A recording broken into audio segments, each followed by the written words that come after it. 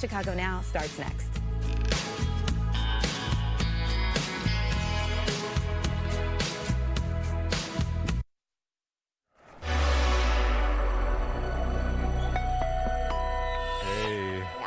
Music. It's time to. Do you guys not get that music at 11? No, I do, but it's been a couple days. Oh, you miss that music.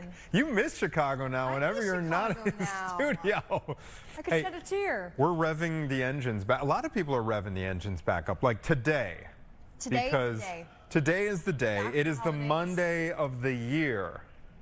You know what? But can I give everyone a message at home? Don't put too much pressure on yourselves. I feel like people get so stressed out, and I can only imagine. I mean, I worked all week, but last week. But I can only imagine you have a few weeks off. You're not in your groove. You don't think that you have it, all together. Well, it's okay to slow down this Monday, I think, unless your boss wants you to, rev up. But for the most part, just take it slow. Good advice. Like just inch your way back in, because it's not worth it to just press the gas and then make mistakes just and slam not on the good accelerator. For the rest of the week, set yourself up for success. I'm not sure if you guys had this during your hours that you were on the desk today at Good Day Chicago, but the American Heart Association said that January is the most dangerous month for heart attacks. Oh, really? Yes, and that is because of stress.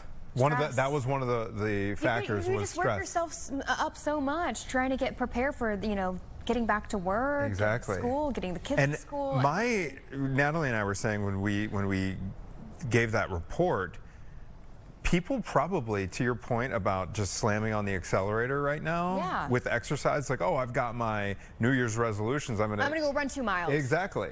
So this is the most dangerous heart attack month of the year. Interesting. Yeah. Well, plus you have all the sicknesses going around too. Yeah. Maybe you're shoveling snow. I don't know. Crazy stuff happens. That's even more of a message, everyone. Just give yourself some grace on this first day back and sit down, relax, watch Chicago Now. We have a lot of interesting topics to get to. We worked all week, Abby, this past week. Felt like kind of a long week, but how was your holiday, your New Year? It was good. We worked together early on, what was it, Thursday morning? Was that New Year's Day? Yeah. No, I had a really great pizza dinner on Wednesday night, New Year's Eve. So low-key? And I told you, I love the new year. Like, I love that holiday because it's like starting a new chapter. Like, you reflect on all the things that have happened the year before, and then you look forward to what's to come. It sounds really last snappy, week. but No. I actually want to dive into this for a second before we kick things off today. Mike Kaplan was talking about how you actually every year get a lump in your throat and you get teared up. So talk me through that, Gabby, because I have a thing that chokes me up too. But what makes you emotional? One is the music we talked about. Oh, the Auld Lang Syne. Yeah, that gets me every single time. But it's because I always want to live in gratitude, right? With gratitude and like thinking about all the blessings you have, even if it's a really hard year. Pick out 3 things that were really great that happened the year before, and set goals for the year to come, because it can be so powerful to write those things down, and you'd be surprised. I wrote some things down just a couple years ago, and what has come to fruition, at least a little bit, or kind of steered me in the right direction. Words hold a lot of power when you write that down. So you kind of manifested it. I kind of manifested it, yeah. But I'm that's also really very great. religious, I see it that way as well. I don't have a source off the top of my head, but the exercise of gratitude is apparently, we talk about stress. Yeah, really powerful. The antidote to stress is gratitude. But also I can't It's what all the psychologists anything say. Sentimental. That's what gets me really emotional. My wedding, I was crying like a baby. You were? Anything slightly sentimental, I cannot hold together. I lose it. During my wedding, because I can get emotional too, and I did not want to get emotional during my wedding, and so I've got a friend who's got kind of like a Jim Carrey face. He makes the funniest expressions, and so my resolution going into my wedding was just think about this dude's face when he and that saved me from tears. Like when Maggie was walking down the aisle, I was just like, Okay, I don't want. As soon as I started crying, so I know it sounds a little weak that like I'm thinking about this friend's face, but I only use the technique to keep from crying, and then I'd be back in. Yeah, exactly. Just. But what's wrong with crying a little bit? I don't know. There's nothing. I just didn't want to. I don't know. I just didn't. I do wish I were a cute crier. I'm pretty like. Like an ugly crier. Yeah, Kim Kardashian like. And no, I find that very difficult to believe. You know the moment. You know what gets me emotional every time? The marathon. The Chicago Marathon. I cannot watch that thing without a lot. You know, I'm not sobbing. I'm not tearing up. You've ran it before, right? I've run it twice. I don't get emotional for myself. I get emotional for the other people when I'm watching it. I have this lump in my throat. Oh, Anthony. Because you watch right down here on Columbus Avenue, you watch these people running in that last stretch.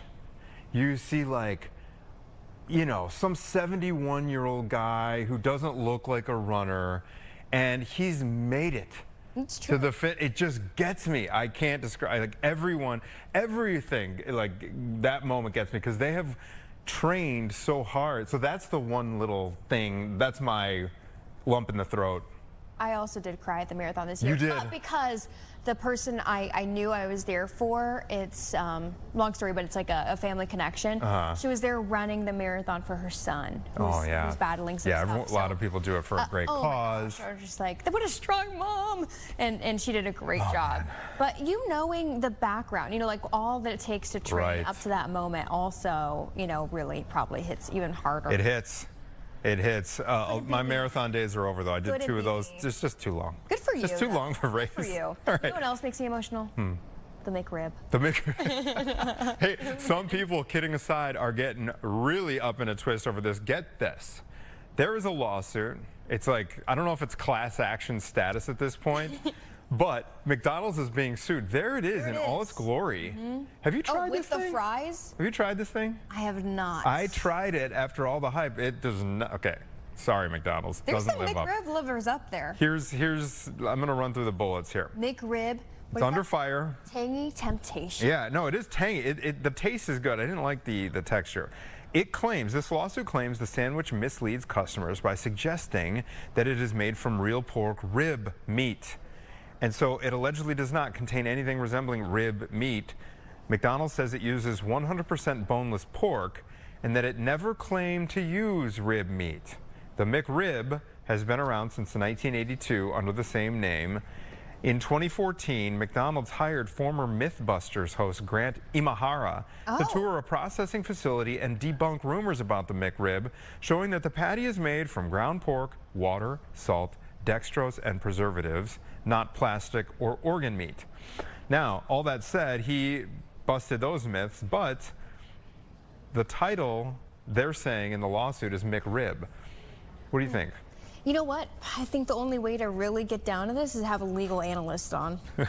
No, but I really don't have much opinion. I'm going to be honest with you, Anthony. There was a similar I think that thing. There's always a reason for someone to sue. Is it in the shape of a rib? I always thought, because I've never tried, I hadn't tried it. I was expecting it to taste a little more like a rack of rib. Yeah. Like a rib sandwich. And when I do remember the one I had, biting into it, and it just tasted kind of like a barbecued flavored hamburger.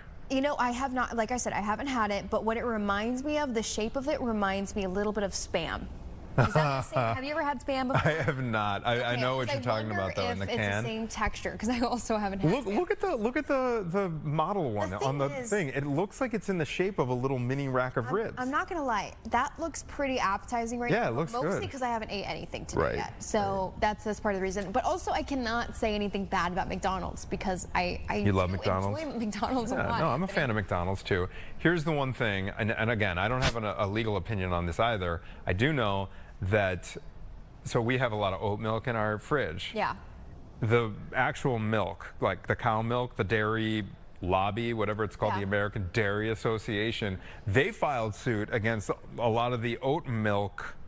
I don't know if you remember this story, because they're like, there's nothing milk about this. It's water and oats smashed together and diluted. And for you to call it milk is infringing on our Territory. There's always a reason. Is there a reason you They lost that, though. Is it just because you like it? I've got a lactose sensitivity. Oh, you do? Okay, you're one of those guys. You know what I mean? See, all right. Yep, gotcha. You got it? Speaking of lactose, so then you can't have pizza. Well, okay, exceptions can be made. And there are these things called lactate pills, which we have in our house as well. So if there's ever going to be something that is dairy heavy, just pop that in there. Is it just you or is it the boys? It's Maggie. Boys, Maggie. Yeah, everyone. One of the boys has it too. The whole house has it. Okay. But on the dairy note, that's a good segue to our next trender. Too much pizza, I guess, in the U.S. So the Wall Street Journal says the popularity of pizza is dwindling in the United States. What? Not in Chicago. I have a feeling that's just for one part of the country. I don't know. Pizza restaurants were once the #2 category in U.S. chain sales. Now they are #6, falling behind, get this, coffee chains, Mexican chains, and others. Understandable. And others. It all makes sense, yeah. Well, because if you think about it, actually, one of McDonald's #1 competitors is, guess who? Taco Bell? Who? Starbucks. Oh. Starbucks. Because they have all that food, you know, it's like fast, and I think that's why sometimes McDonald's incorporating some of these like specialty coffees. That's right, the McCafe. Yeah, the Cosmics that they had going for a while, which I think closed in Bolingbrook, but you know, trying to like get some of these sips, which are like the energy drinks that are flavored, or soda drinks that are flavored that we see like in Utah and stuff. Anyway, back to pizza. The number of pizza restaurants peaked in 2019, and now they're declining. Pizza joints are facing competition from frozen pizzas, competitor fast foods as well, options, and more options on delivery food apps, which I think that's key, actually, because think about it, like that's really the only delivery that you could do 10 Back in the years day, ago. It was order pizza, and now it's order Or maybe like, you know, catering some, but no, now you at the tip of your fingertips, like you can order anything. Makes Taco Bell. sense. You can have anything. Nando's, I don't know. This is interesting because not only, and we're going to touch on this later with a doctor from Rush talking about dry January, but alcohol sales are also at an all-time low. Oh, yeah. Worldwide. Worldwide. So like, you know, I think it's your generation and younger. They're not into it. Was it you and I the other day who did an interview? Oh, it was Brian and I on A Good Day Chicago who did an interview with someone from to Chicago about like some places where you can participate in dry January, like some places you can go out to that are bars that have like good mocktail options. There are a lot of them. I know Go Brewing in Naperville is one that's really popular. I haven't been there, but I've had some of their stuff and it's really good. But some major chains like Pizza Hut, Papa John's and stuff, they're having to restructure their company because of the lack of pizza. But don't worry. Because you think pizza and beer, what could be more American? And then both of those are tanking. Okay. 1 in 10 Americans say they eat pizza daily. Daily. What is your favorite pizza? We order it weekly. You do? Yeah, for Theo, and he loves Domino's, which I'm so.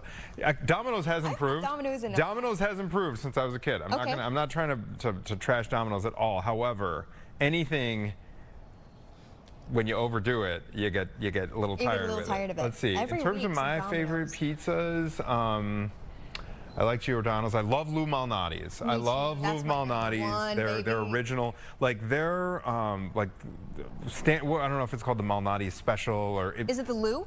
The Lou. Yes, that is one of my all-time go-to. It is so good, that butter crust. And then how about you? Yeah, Fox's Pizza. I love Fox's Pizza. There's one in Orland Park. There's one in Southwest Mokina. suburb? There's one in Oak Lawn. It's really good. Yeah. But you know, growing up, I never really had great pizza. You know, I grew up in San Diego, so there wasn't really that many like great pizza spots. Bad for you that you didn't have access to I had great Mexican food. Yeah, I bet. But my favorite pizza growing up was Costco pizza. So when I moved here, it was like. Also, you mentioned frozen pizza popular. I am not above such things. No, me like, you know, Jack's on get a Jack's, a Tombstone, a Red Baron, throw that on the rack, get it nice and crispy on the underside. You're good to go. Okay, here's another trending topic this Monday, fantasy football. Okay, that's in the books for a lot of fantasy players. Yeah. Now that the regular season is over. This is something I didn't realize this was possible, but there are fantasy leagues for everything now. Yeah. You can do like reality TV, and the punishments have been getting more and more creative as well.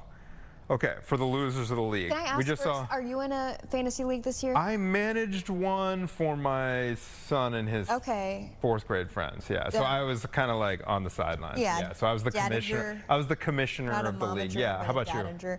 No, I haven't been in one in a few years. But also, like, I would forget to change like the players and stuff. So the most frustrating thing. Yeah, and you forget to start a player and have like a breakout don't get me wrong, I do love football, actually. I watch a lot of football, and I kind of know a lot sometimes. Not to toot my own horn. Don't quiz me either. Don't quiz me. But it seems like a lot of energy that I just don't really want to spend sometimes. I get it. I think it enhances, for me, it enhances. I already have high interest in football, but it enhances it even more. So, okay, so these punishments that are trending on Reddit, Gabby. Brian's, first of all, that's bad. Brian, we just heard Brian Jackson. The punishment in his league is if you get last, you actually have to pay out of pocket $100 to the winner. Okay. Okay, if you get last, so that's like an extra bonus. Here we go. And actually, I like that punishment because that makes it like when you don't make the playoffs, that means you still can't take your foot off the gas in Brian's league because you do not want to finish last. That's true. All right, so here are some of the punishments that are being shared on Reddit. First of all, making the loser do all the NFL combine drills, playing the recorder on a college campus until you earn $20 in donations. No, like you have to sit there and have a little bucket in front of you and try to get That's a great one. You could be there all day. I love this one too, Gabby. What? Singing the national anthem at a local Little League baseball game. That's a great one. That would be funny. TikTok dances, hosting a lemonade stand, wearing something embarrassing, and attending an open mic for comedy or singing. Attending an open mic, you should have to do the open mic. Yeah, I think that's what they mean, right? Okay. Right? They would have to. For those who have been watching us, comedy would be so humbling. The comedy, no, that'd be too. I would just ditch it. Yeah. Oh, here we go, Gabs.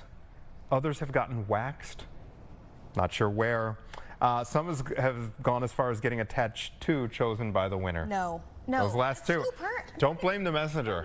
I can't say that. You know what? So I asked Brendan, my husband, like what his league is because I remember it being kind of intense. So it's 5, 10, 15. I'm probably going to get this wrong.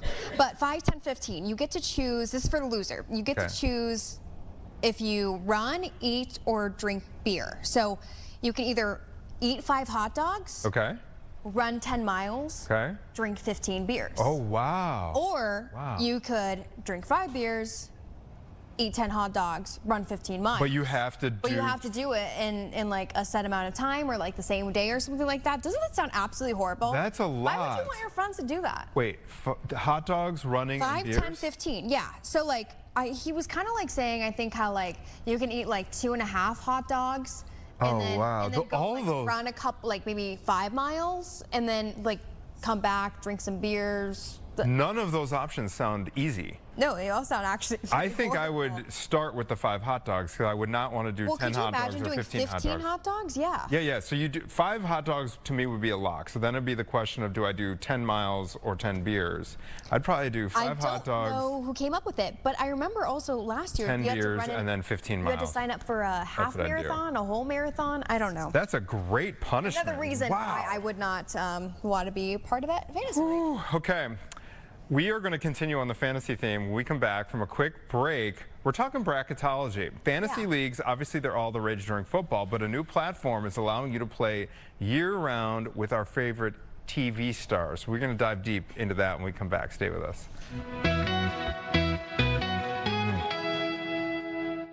I was in a wreck.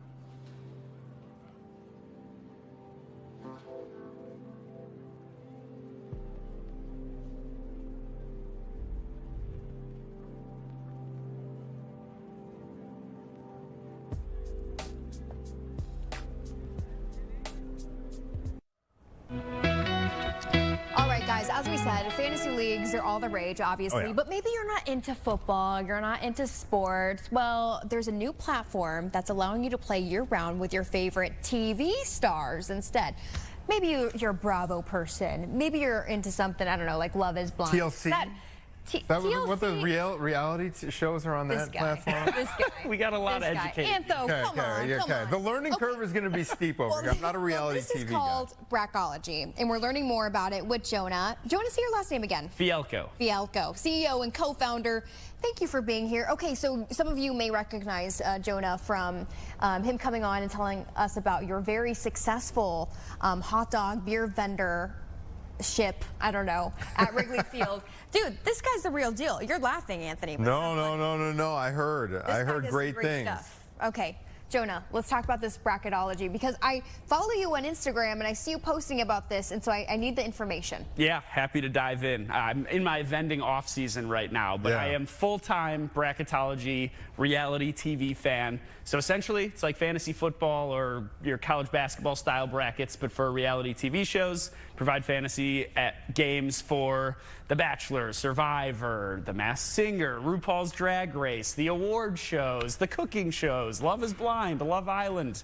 But we've got 35 shows that we offer free-to-play fantasy games for on our platform, and I probably now watch more reality TV than I had ever predicted a 29-year-old guy would. None of those shows sound like they're on TLC, but I love it. No. But we'll expand into the TLC shows. You know what? You might have something there, Anthony. Okay, hold on. The reason I'm intrigued now is not that I'm going to start watching reality TV so I can play fantasy, but you can actually, it sounds like you can do this for like a one-off event like the award shows. So like I could log on to bracketology.tv if I'm having an Oscars party. Oh, yeah. And get going. Walk me through that process and how it would work. Yeah, a lot of people are, making their own predictions by hand or on paper. We're kind of just centralizing it for you. So you're making your own ballot, predicting which nominee in every category will win the award. And then each category is worth a certain number of points for a correct answer. Down the road, like towards the end of the award show, best picture, best director, those are worth more weight than best lighting design. Right. And we do all the scoring for you. Generally for the award shows, we'll publish them live as they're being read on air, so you can refresh the app, every 15 minutes and see your ranking on the leaderboard. And it's just a fun way to compete and engage more deeply. Super fun. Jonah, this is so cool. This is such a good idea. How long has the app been up or the interface been up, and how popular is it? I mean, are more and more people signing up and wanting to play? Yeah, I'll give you the rundown of how we created this. So my co-founder, her name is Caitlin. She actually would have been here, but shout out, she just gave birth to a little baby girl a couple days ago. Congrats. So, that's so awesome. We're super thrilled for her. She is an absolute rock star. Shout out Harlow Hurley, 2 days old, already being mentioned on the news. She's a star. That's incredible. Already. Yeah, she has something going for her. Yeah. Absolutely. And her mom being Caitlin. Caitlin and her friends created what was called Batch Bracket back in the day. Okay. It's a fantasy football platform just for The Bachelor. And she moved from California to Chicago. And in 2021, I met her at a networking event. And I was like, hey, you ever thought about expanding this outside of The Bachelor to host fantasy games for other shows? And she hadn't at the time. And I was 25. I could still be on my parents' health insurance. So I was like, okay, I'm going to quit my job. We should partner up. And we started rebranding from Batch Bracket to Bracketology. We rebuilt our web application. And then at the end of 2023, beginning of 2024, Caitlin came on full time and we launched our mobile app. And to date, in the 2 years that we've had this mobile app, we've had 325,000 downloads, and we've spent next to no money on marketing. So it's been entirely organic and been really, really fun to build with. That's super cool. That is so fun. You're from Chicagoland. Oh, yeah. So bracketology is kind of headquartered now here in Chicago. Big time, man. You guys just do it out of do you have an office? Do you do it out of home? We do. It's Caitlin's kitchen in her apartment. I love it. The best. You know what? I love this. You know what, Jonah? When you told me about this, kind of the tail end of the interview when we had you on for talking about being a vendor, I was like, there's no way this guy is this cool. Like, has already been so successful. Wrigley Field, and then also has this other like niche. Yeah, what's your day job? Is it this or is it the vending? Oh, this is my day job. This is the day job. Full-time CEO, beer and hot dog vendor by night. Oh, this is great. That is so cool. All right. Were you always a reality TV fan? Were you just into a couple shows or all of them, and then that's what's like, okay, this is like passion coming true? Yeah, that's a great question. Before I met Caitlin, I had only ever seen 2 seasons of The Bachelor ever, and I did watch Love is Blind. But that was the extent of my reality knowledge. I'd never seen a season of Survivor. I'd never seen Big Brother. I'd never seen RuPaul's Drag Race. And then in order to start creating fantasy games for these shows, I had to go back and watch previous seasons to understand how the shows work. So whenever we want to expand into a new show, I have like this discovery phase where it's just me watching reality TV so that I can, authentically create these engaging games. We use superfans to help, guide us when we're creating the rules for each game and the structure. But now I can genuinely say that I am a reality TV fan. I love RuPaul's Drag Race. I never in a million years would have thought that I would be watching it. And now Friday night's coming around. It's like appointment TV. Oh, we had one of the contestants from a past season just on a couple of weeks ago talking about the live experience that's in Logan Square right now. Oh. Well, not the live experience. It's an interactive experience that you can go there and go in the dressing room and everything like that. I gotta ask you this.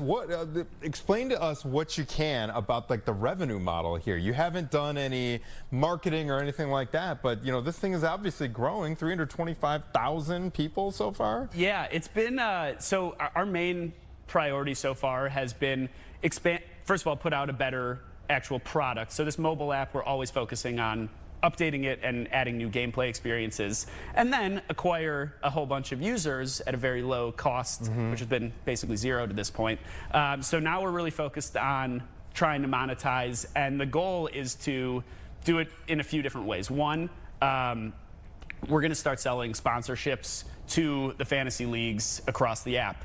For Dancing with the Stars, we had 113,000 people play for our Dancing with the Stars fantasy games. Cool. And I think that we have a very engaged, passionate audience that brands would be interested in getting in front of, in less of just like a slap your logo on like a programmatic spot, but like a more engaging partnership where we can provide value to our users through the partnership, but then also keep brands top of mind through multiple touch points throughout the season. So that's step one, is start selling the ad inventory. And step two, my ultimate goal is to kind of almost white label the technology that we have that allows us to create fantasy games at the click of a button for a new show, and give it to a premium subscription user, for example, so that they can create fantasy games and not have to do it on paper for some of the more out-of-the-box shows. Like, we'll get recommendations. People will be like, hey, will you add Farmer Wants a Wife or Lego Masters? And I would love to add all of that,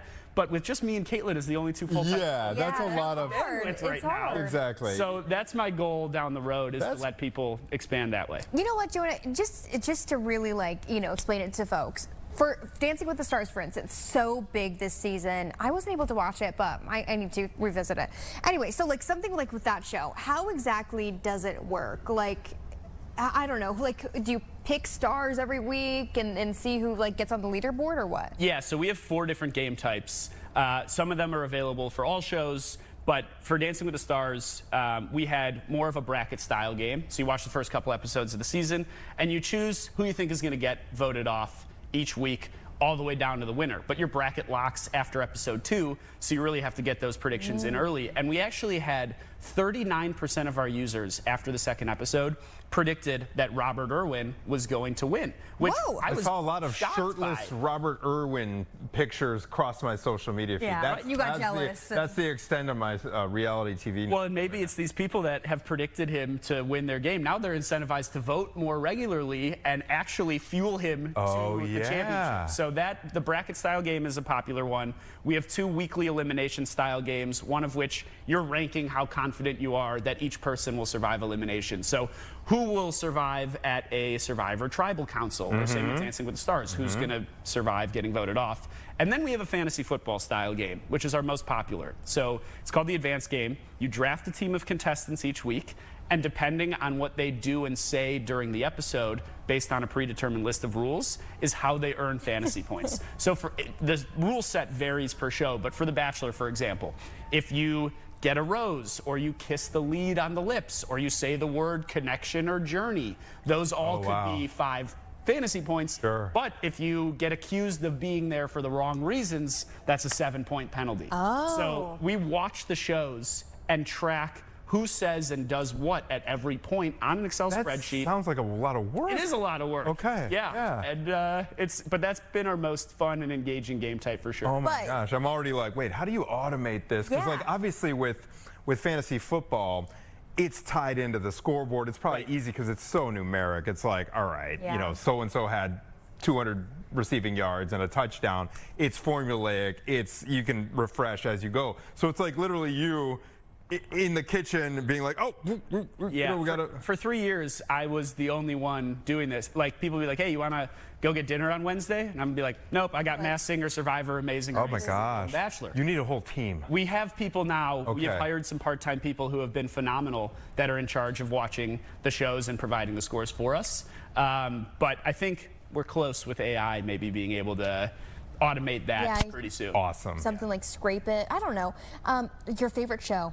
Your favorite reality TV show right now? That's it's a loaded question. Yeah, it is, but I love Survivor, and I will never claim I am a Survivor superfan because I have only seen the new era of Survivor, and I'm super excited for Survivor 50. But I would put RuPaul's Drag Race up there, and I'm also stoked for the return. The Traitors is coming back this Thursday that we have fantasy games for, and we're actually also working with Fox to help promote the return of Fear Factor, House of Fear. I remember that one. On the Fear 14th. Factor. So I am eager to sit down and predict, you know, who is going to conquer some of their fears. That's great. Jonah, your own background. We got 2 minutes left. Were you an IT guy, any kind of data guy, or like a computer science major? Is that what you brought to the table? Were you just kind of like, hey, this is an awesome idea, I want to get involved, to Caitlin? Yeah, I wish I was technical. I have no technical background at all. We've got a team out in India that we've been working with who's been phenomenal. I'm an energy guy. Like, I think for me, my ultimate goal with everything I do is connecting people, and I do that through social media content. I do that at Wrigley, but for bracketology, my goal is like, we have this super passionate audience. I want to give them a way where they can connect with each other, and that's kind of what I brought to Caitlin, and she is super aligned in our vision. And I think for us, like, we just want to centralize connection around a shared hobby. And if there's, my best friend also is a part-time co-founder. He's like our Swiss Army knife when it comes to, when you run a startup, you just have to be super scrappy, and I have no fear of rejection. So I'm just getting out there, trying new things, and if it fails, okay, on to the next, and let's see what the audience is really interested in when it comes to reality TV, you guys fantasy games. are going to do so well. You already are, so congratulations on that. One more time for people at home, where can they find Bracketology? And also, where can they follow you or maybe Caitlin? I know that you post a lot about Bracketology. Yeah, I'm definitely Caitlin's the brains behind it. She's not camera facing yet. I am certainly the one in front of the camera for Bracketology. So the Bracketology mobile app, free to play, free to download on both iOS and Android, or you can use our web application. Check out bracketology.tv or at bracketology.tv, wherever you get your short form video. And if you're looking for some day in the lives of a startup founder, you can follow me at Jewish Jonah. I love it. Oh my gosh, Jonah, you're always so entertaining. This is great. Congratulations Keep us again posted. to you, to Caitlin, to Harlow. Welcome to the world. Yeah, a great congrats. number already, and already a TV star. And who knows, maybe you're going to take over this reality TV empire one day. We're lining her up. Keep us posted on the Fear Factor thing. It's coming. Okay, January it's 14th coming January 14th. Sign up for the fantasy right games. here on exactly. So just get your friends around the country, 5 of you, go in a league, the whole thing. Yeah. That's great. All right, so Jonah, congrats on all your success. Continued success to you, sir. Thank you. Thanks all for right, we're having me. back with more Chicago Now right after this.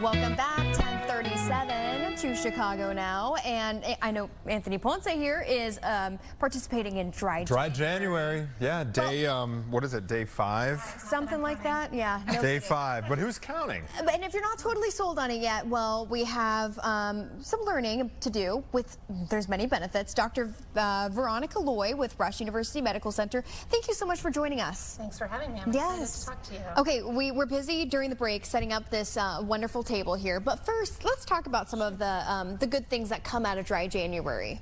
Yeah, absolutely. I think anytime that we cut back on alcohol, or definitely if you stop completely, you will have a lot of health benefits, depending on how long you're willing to commit to the change. First and foremost, you'll have better sleep, better hydration, so you may see better skin, which is a nice benefit. Yeah. If you stick with staying away from alcohol longer, you'll have a lot further benefits. The liver is actually a really powerful regenerator, so it's able to recreate itself if you give it time away from things that damage it. So up to 30 days away from alcohol, the liver can actually completely repair itself. You know, like, I want to know, because I feel like everywhere you look, or every news read that we have, maybe during our morning show or something, it says that you know, different amounts of alcohol are more dangerous than others. Like, what would you say is kind of a lot of drinking throughout the week?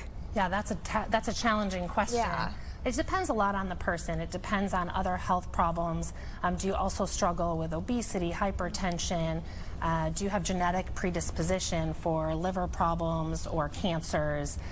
Generally, in the United States, we think for more than 6 U.S. standard drinks to 9 U.S. standard drinks per week will increase health consequences related to alcohol.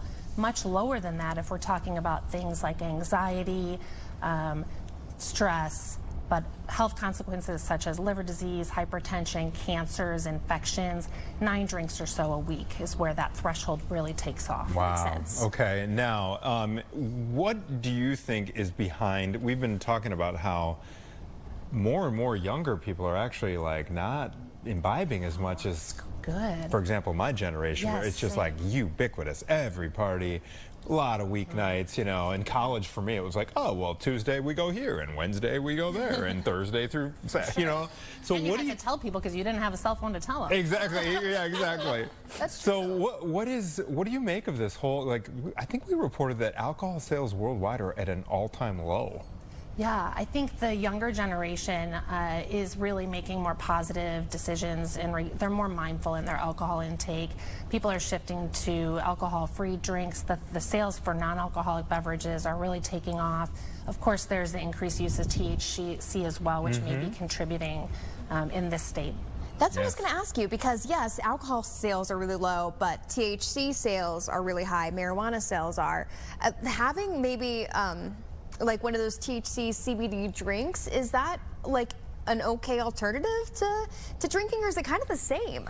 I think each has its risks, so it really, you should talk to your physician about your own personal risk factors and what would be the best decision for you. Yeah, okay.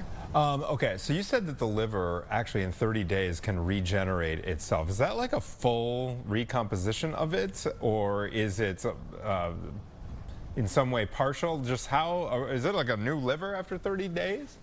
Because that could sell a lot of people on Dry January, like Gabby here. Well, I think that's part of where Dry January came from. You know, Sober October, Dry January, there is science behind the 30-day mark, but I think the longer you can stay, 60 to 90 days will certainly have the most health benefits. We do living donor liver transplantation, in which someone with a totally normal liver has up to 60% of their liver removed to donate to someone else. And within 30 days, that can completely grow back to normal. So in your own body, you give your body 30 days to, your body wants to be healthy. Give it what it needs, and it's always trying to repair and heal itself. You know what, I like how Chicago especially is kind of making it easy for people to go out and have some of these mocktail options. And like I mentioned, Go Brewing is one in Naperville, you know, that's a non-alcoholic option. Well, you're not only a doctor, but apparently you're also a mixologist. So tell us about what you brought here, and is there one that maybe you go for when you're trying to maybe cut down on the drinks? Yeah, thanks for asking. I think if, you know, maybe December, lots of parties, lots of family gatherings. Maybe your friend was making sparkling palomas and accidentally made jungle juice, and you really just are looking for a break for a little while. So in the winter, I really like an espresso martini, so that's what I'd like to make for you today. Yeah, please. Should I make it now? Let's do Yeah, it. go at it. Yeah. Okay, so And if you can multitask, I'll be very impressed. yeah, I because can do my best. Sometimes No promises. doing that, like for us on TV, is actually very, very. Am I making two? Go for it. Go for it. One, and we can split it. I just want to. I'm curious about these ingredients Yeah. here. So this what do you is have? Seedlip, which is, I really like this spiritless company. They make all different things. This one is called Spice 94. They also make a garden and a lot of different alternatives. So I like this one, an espresso martini. And you really can just use it just like you would Like a regular liquor. Yeah. spirit. So you put 2 ounces of that in.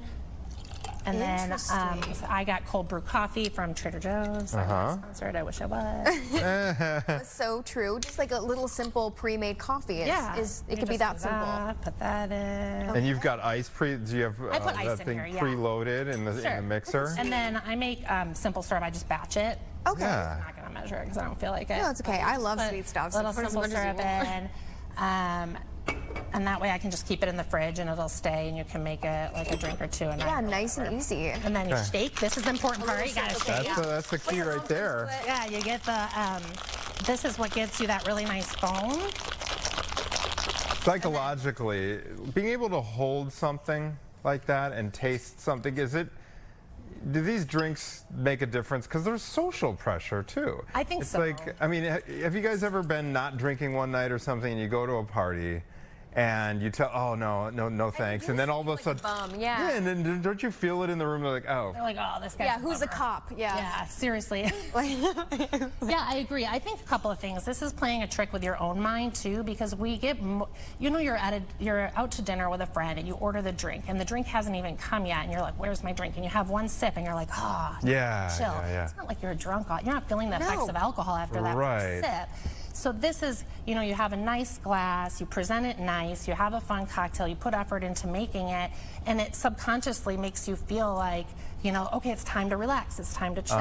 I think also being around friends at who maybe aren't interested in participating, maybe I'm gonna pick on you a little bit for even suggesting it. Yeah. No one really cares what's in your glass. You're fun without Exactly, it. As long exactly. as, so if you just have something fun in your glass, no one's even gonna ask you what you're drinking. Just don't make a big deal I think out of it. that's I'm so. sorry, but like if your accurate. friend is like really that angry about it, like get a new. Oh yeah, Sorry, totally, but like totally. for real. Like that's not. I just get the oh come on Ponce, come on, every once in a while, which is like kind of standard for us dudes.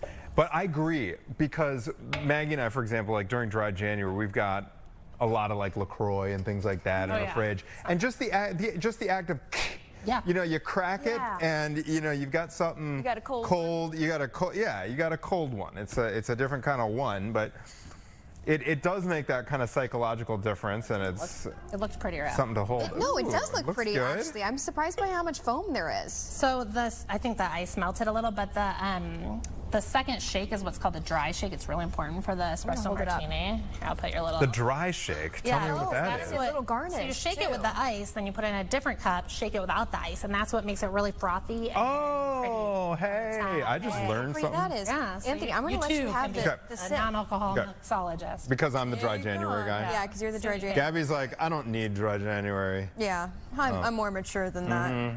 I take care of my liver, doctor. All the time. Yeah. Yes. Very nice. Do you like Is it good? Very nice. Yeah. Is it gross if I take a sip after you?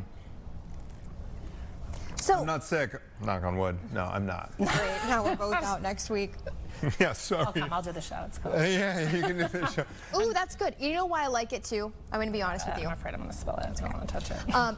I actually I don't really love the taste of alcohol. Like I love coffee. I love espresso. I hate espresso martinis. Really? But I wonder if it's because it's like psychological, where I know there's alcohol in there Yeah. and I don't like the taste of it. So I'm like, ugh, Yeah. that I could drink. I think you bring up a good point about people who do and don't do dry January, and does the effect sustain? Because someone like, maybe like yourself, who doesn't really like the taste of alcohol, you may not need to commit to dry January. There's a lot of publicity publicity lately about people who do dry January actually, drink more in February. But those studies are comparing people who do dry January to people who maybe never really drink in excess.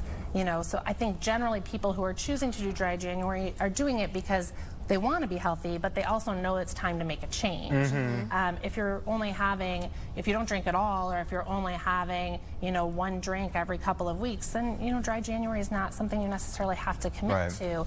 But if your body has been, sustaining damage from repetitive alcohol use, that puts fat in the liver. And fat in the liver causes inflammation, and it does take those 30, 60, 90 days for that fat to be really removed from the liver by your body working hard to repair it. One question, we've been talking about how January, the American Heart Association, we reported this morning that January is actually the most dangerous month. There's more heart attacks this month apparently than the other 11 months. I'm wondering if you can talk about the correlation between alcohol use, and you mentioned inflammation, and heart disease. Yeah, so their alcohol use will increase your blood pressure at baseline. So if you have sustained high blood pressure over time, that does put you at risk for heart disease as well as kidney disease. So there's a direct correlation with alcohol use and a lot of cardiovascular risks, stroke as well.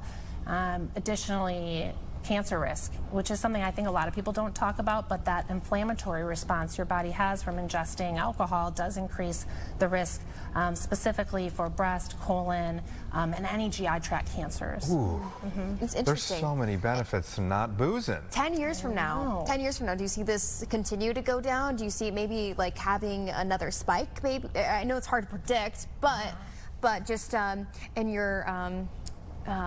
your expertise, what would you think? I think things like this, and thank you for having me on the show, raising awareness is really important for the future. And this wasn't a conversation people were really having, to my knowledge, when I was, in college age. And now I think people are talking about it. People are talking about it. People are more aware and choosing to be healthier. There was a really great study about 10 years ago that the highest risk group for new problems with alcohol use were women in that 30-year-old age group. And those women are now, 45, pushing 50. And that rapid increase of heavy alcohol use we're just not seeing the same thing in the younger generation, which is great. Well, it's interesting. One thought that just occurred to me when you were talking was cigarette smoking. Like, there was kind of that learning curve, and it really feels like, they talk about how, like, down at certain advertising agencies, the old ceiling tiles still had like tar, in the ceiling tile, because like you just smoked at your desk. And the old newsrooms, we hear about tales from the 80s and that kind of thing. And now I think the Surgeon General's warnings, and there could be something at play here. I feel like dry January is here to stay. It's just like it was kind of a niche thing of 10 years ago. Now there's just so much momentum behind it. I think you're right. I've done it. I feel like I've done it the last few years, right, Anthony? Yeah, at least 6 or 7 years. We just really have to watch Anthony in February. That's when he goes. Exactly. February 1st, I come in. Doc, I don't know. Yeah, sometimes there's a rebound effect for sure. No, okay. Veronica Lloyd, thank you so much for everything. Thank you for the cocktail, the mocktail. Don't I look classy holding Very this? classy. Gabby's got something to hold. All right, we appreciate you joining us from Rush University Medical Center, and we're going to get some more of our trending stories on this Monday when we come back after this, so stay with us. Imagine one person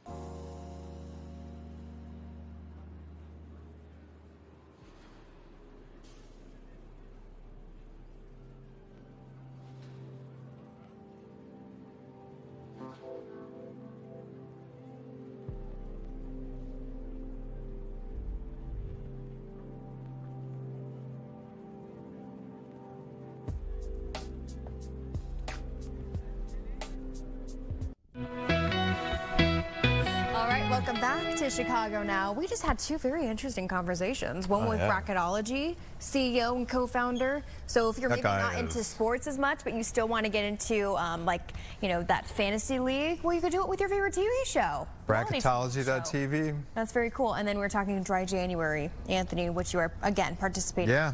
But we have some more trending topics here. This is getting a lot of traction here. The fiance of NFL player Troy Dye of the Chargers posted a video on TikTok the other day, and it's gone viral for all the right reasons, I would say. It shows the field they were playing on, his name on the big screen, and all the fans. But it's the caption that the fiance wrote, okay? He doesn't know it yet, but he needs to put the duvet on when we get home. Okay, so he has chores. He has chores to do. The honey-do list. Publicizing it. No matter I if you're do on a like big screen or not. the juxtaposition. He's like, just balling out. He's on the jumbotron and his probably fiance, making a good bag over there too. Yeah, exactly. Hey, can we for a second before we go on to our next trender talk about putting on the duvet? Gabby, it's tough. It is not easy. But can I tell you what I do? We should do a whole segment on that. Maybe this is actually common knowledge. Maybe everyone does the same thing, but I'm like, oh, I'm smart by doing this. I fold it inside out, like the duvet cover, and so that I find the strings on each corner. Yeah, okay, so everyone does the same thing. Gabby, I've tried that. I get lost. I get lost in there. It's like going down. No, I definitely am. I've tried turn it inside out, you tie the things, and then trying to get it back in and then like rewrapped. I'm like, what's the outside? So let me tell you what to do. Okay, so this is your duvet, right? Okay, so you fold it inside out. You have the two corners, right? Yeah. And then you tie them, Yep. and you have it laid flat out. Okay. Okay. Lay it flat out. Yeah. And I'm with you still. And then you go on the other side of the bed, and then you grab it and you pull it. But try to do it kind of softly and shake a little bit so that it's still laying flat and it's not pulling towards you, if that makes sense. But then how do you get it? I'm kind of with you, but then how do you get it underneath? Like, how do you shimmy it? Pull it? How heavy is your duvet? No, it's not heavy. It's just like, I can't shimmy it. Go inside of the duvet? I've tried that too. I swear, I've tried that too. Maybe just leave it to Mag. Hire someone to do it. I want to do a segment on that. And then on that note, why don't bottom sheets, I'm just going to vent here, why don't bottom sheets come with the same loops too? So that you can attach your top sheet to the bottom sheet, and that way you don't, you know how somebody always hugs the covers and like, they bunch up, like, why is that not a thing? Yeah, actually, we should just have someone come and talk about folding in general, like organization. Like, who was Marie Kondo? We need the Marie Kondo. She was the feng shui, the organization expert of folding. Oh. That would appeal to a lot of I hope someone's writing that down, homeowners. or I hope they're watching. No, but even the bottom, the fitted sheet. Folding that, I still can't really get it. I've watched a couple videos and then I give up. And that's so funny you bring that up. Maggie tried to teach me how to fold the bottom sheet yesterday. She can do it really well. She lines up both elastic, like all the elastic on one side. Yeah. And then she's able to do it, and I tried and I couldn't. But one thing she did do, and I can understand, she bought these labels, which are these elastic, they look like belts. One of them says queen, one of them says king, Genius. One of them says twin, full, the whole thing. And so our closet now, there's no everything's wrapped in these things, so boom. There's no question. That's a segment right there, Mia. Folding. 101. 10 minutes. Folding 101. Anyway, good luck, Troy Dye. I hope he was able to get that duvet cover got on there, big guy. Sometimes we just don't let off, though. Yeah. Sometimes we don't let off. All right, we have another pair of fiancés here to talk about. This woman has posted a video. This is a regular civilian, by the way. We're not talking NFL royalty. Gone viral on Instagram. She walked into this situation, walked in onto a proposal, not realizing it was her own proposal. Poor thing. So there she is knowing. Now she knows it's hers. Now she. But right before this. Recognizes the handsome young man. There it is. Aww. Look at this. How Get the Kleenex. Do we And have she the says shot of her? I missed the shot of her But going in because that was She's where. trying to like scurry away, like get out of the way, you know, like she sees someone with the camera, she's probably like, oh man. Here it is. Here, well, look at this. This is the moment. Oh. Oh. See, trying to get out of the background. She's like, oh, I just ruined someone's surprise and party. then it's boom. It's for me. It's for her. Oh, that's so sweet. That is pretty cute. You know, I don't know, it's a mystery to me what goes viral and what doesn't, but I Yeah. think when you see authentic moments like that, where just, because she didn't someone know. was videotaping it to get a reaction. And she's just so sweet that she's like, oh, let me get out of the way, let me get out of the way. Exactly. Interesting. Okay, we are going to take one quick break, and we're going to be back with more Chicago Now, our 11 o'clock hour. Gabs, you're stuck with me for another hour. Sit tight, Anthony. Sit tight. Be right back. We're in this together. Fox 32 Chicago. For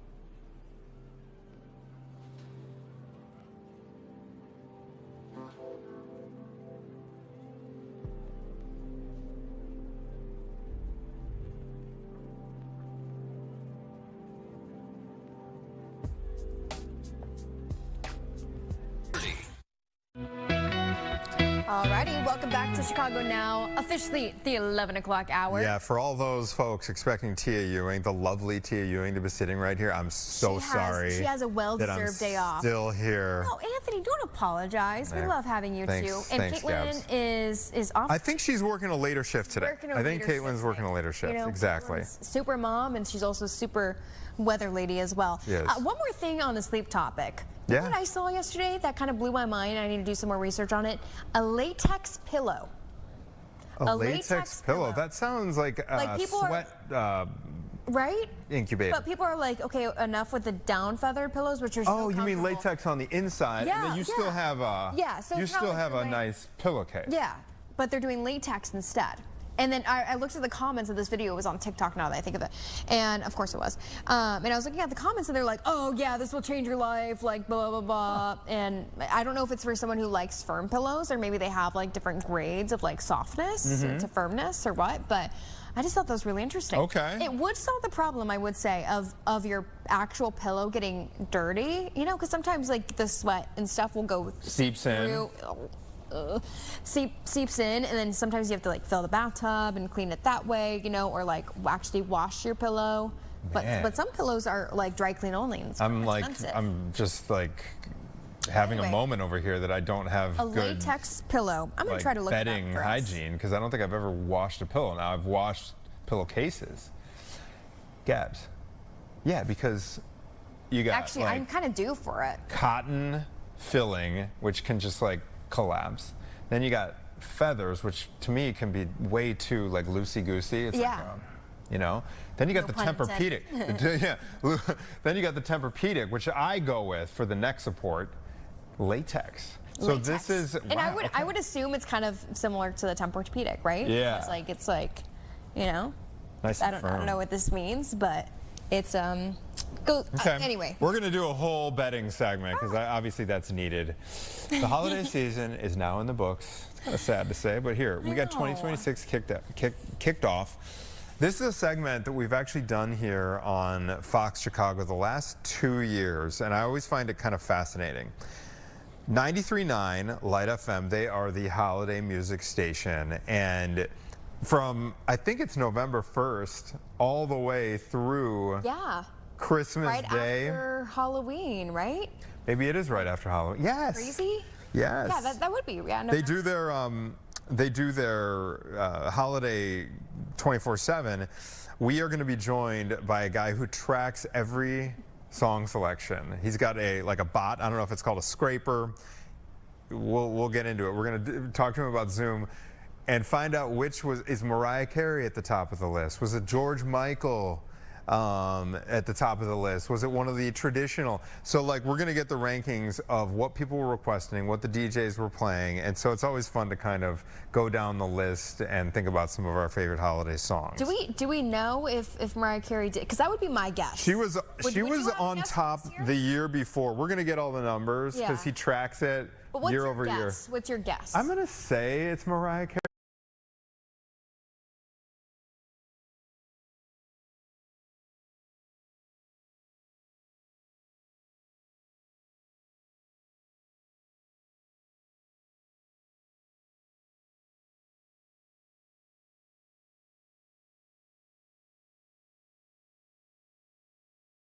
Be up there on the list as well. You never know, Anthony. This might be the year. You and I also get to play a game, and I actually am going to be checking our Facebook, our newly emerging Facebook family, our ChicagoNOW Facebook family, to play along with us. We're going to do a specific Chicago-style version of Price is Right. I love it.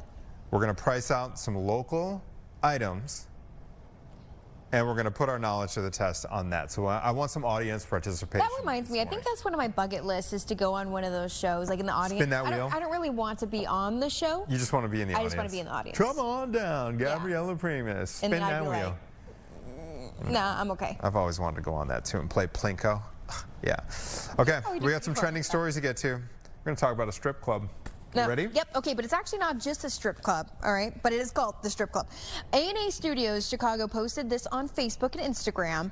It says, our new shop is about to drop. The strip club introducing the strip club Chicago's first and only vintage photo booth studio, featuring rare, vintage, analog photo booths and our retro style digital booths. This is so timely. cool. This is such a good idea because I've been in some restaurants here in Chicago, like for instance, Gilt Bar is one. Gilt Bar, Where yes. they have a little photo booth downstairs, and sometimes it's just a really long line. Actually, a couple times I've been there, and it's like, it's also the same path you take to get to the washroom. And there's always a long line, and it's pretty expensive too. Yeah. Broken Hearts in the West Loop, they have one too. That's actually pretty cute. Customers take their own photos the vintage way, $7 per session. So I don't know if that's like, okay, so that would be once you enter, you know, the actual photo booth itself, then it's $7. I don't think it's like per entrance of the actual building. I love that. All ages and pets welcome. Pets too? You can bring your pet into the... Bring Jonesy into the photo booth? Potentially bring Jonesy. It says, we are stoked to work with Heart and Bone Signs who created Did you this see how insane good of a job? I think we've had... Sorry, I overtalked you there. We're talking about the Heart and hand-painted Bones storefront. Designs. So Gabs, can we see the silver leaf again? I'm such a nerd for this stuff. This is hand painted. And I am Beautiful. pretty sure we've interviewed the founder of Heart and Bone Signs. Really? You see that silver leaf? Here on That's ChicagoNOW, or with- not on ChicagoNOW, but I've interviewed him in the past. But look at the Chicago stars up there. That is so and sick. just how beautiful of a job he did on that glass. Okay, so this is going to be yeah. Bucktown, by the way.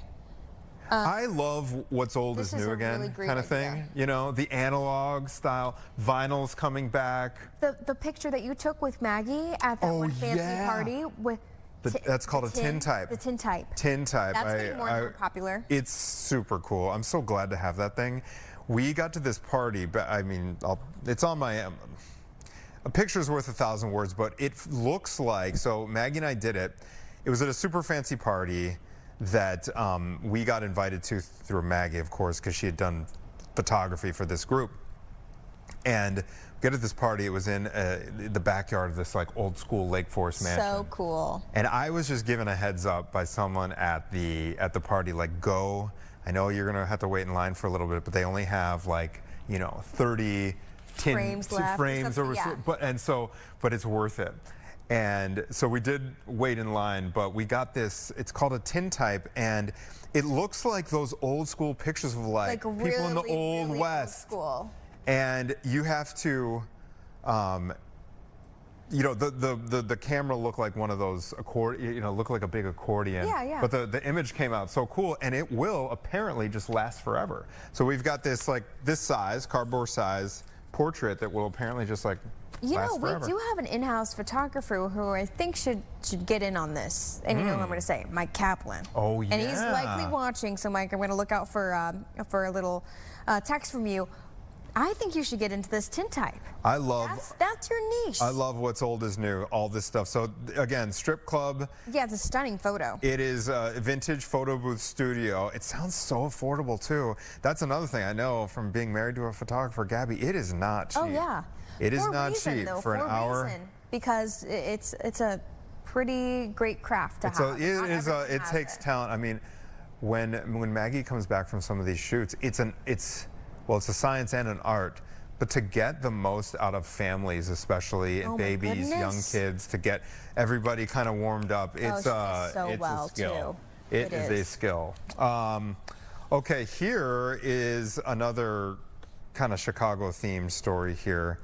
A Chicago-themed vending machine is gaining some traction online.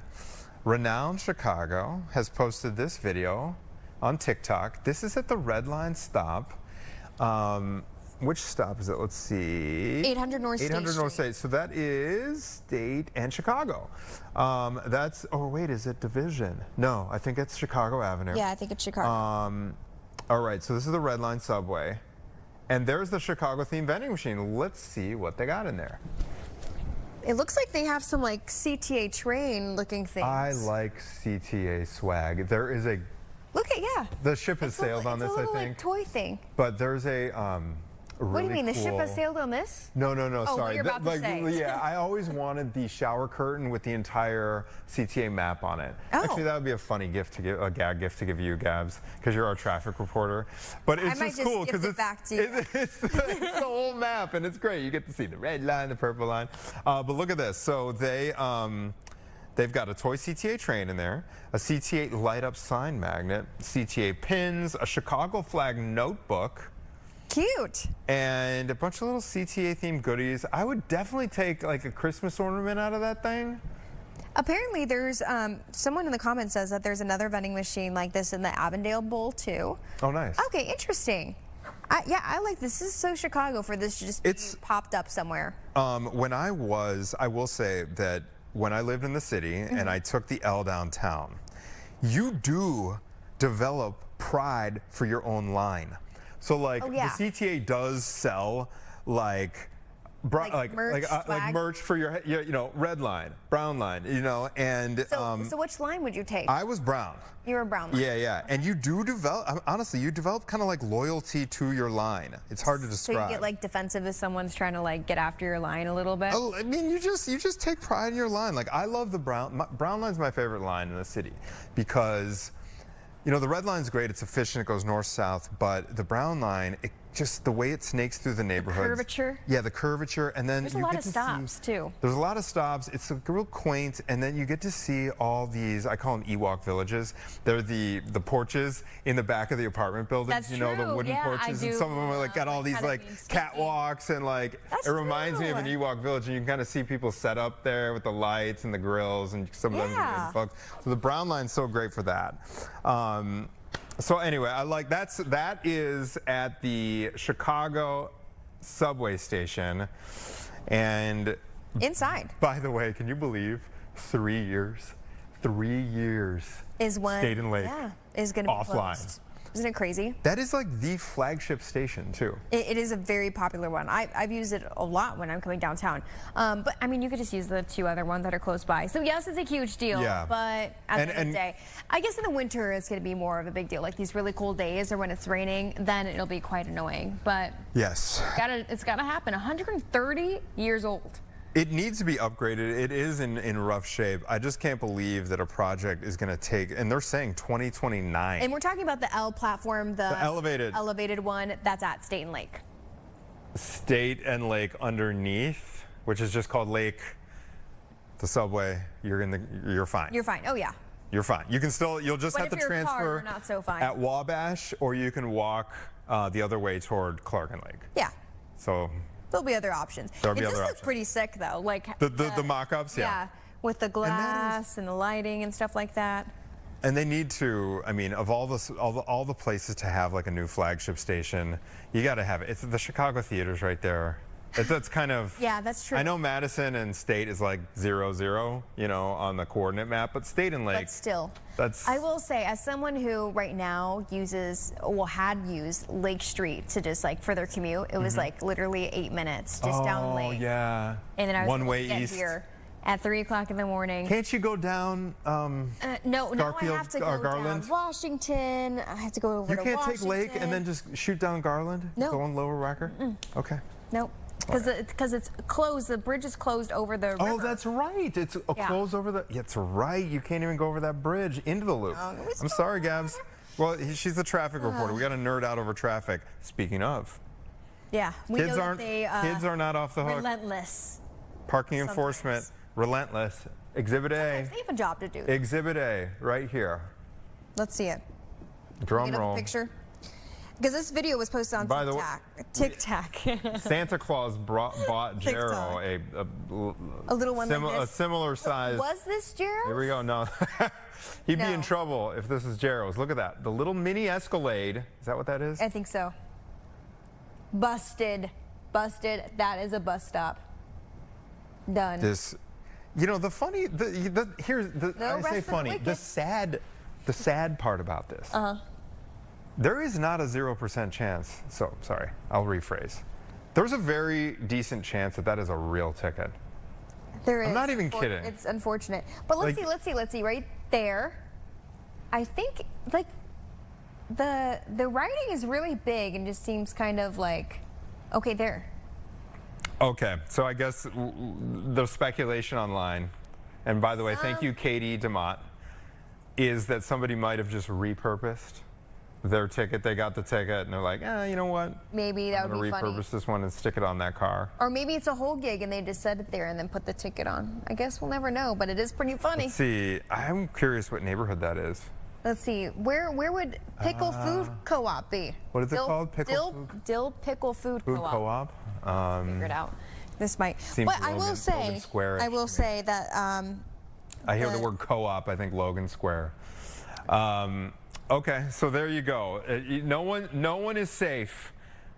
Kids, be aware of that, and don't mess that up. 2746 Milwaukee Avenue. Was I right? 27. So that's Diversity Mill. Well, that is Logan-ish, right? Okay. Yeah, Northwest Side. Logan Thank Square. you guys. Logan Square. All right. Okay, Folks, we are Logan going Square. to dive into an age-old debate, and we've got some data to help us sort through this one. We're talking about hand-washing dishes versus the old dishwasher. How one TikTok user is actually using bacteria levels and samples to settle this once and for all. We're going to talk about that when we come back. Stay with us. I got hurt in a car accident.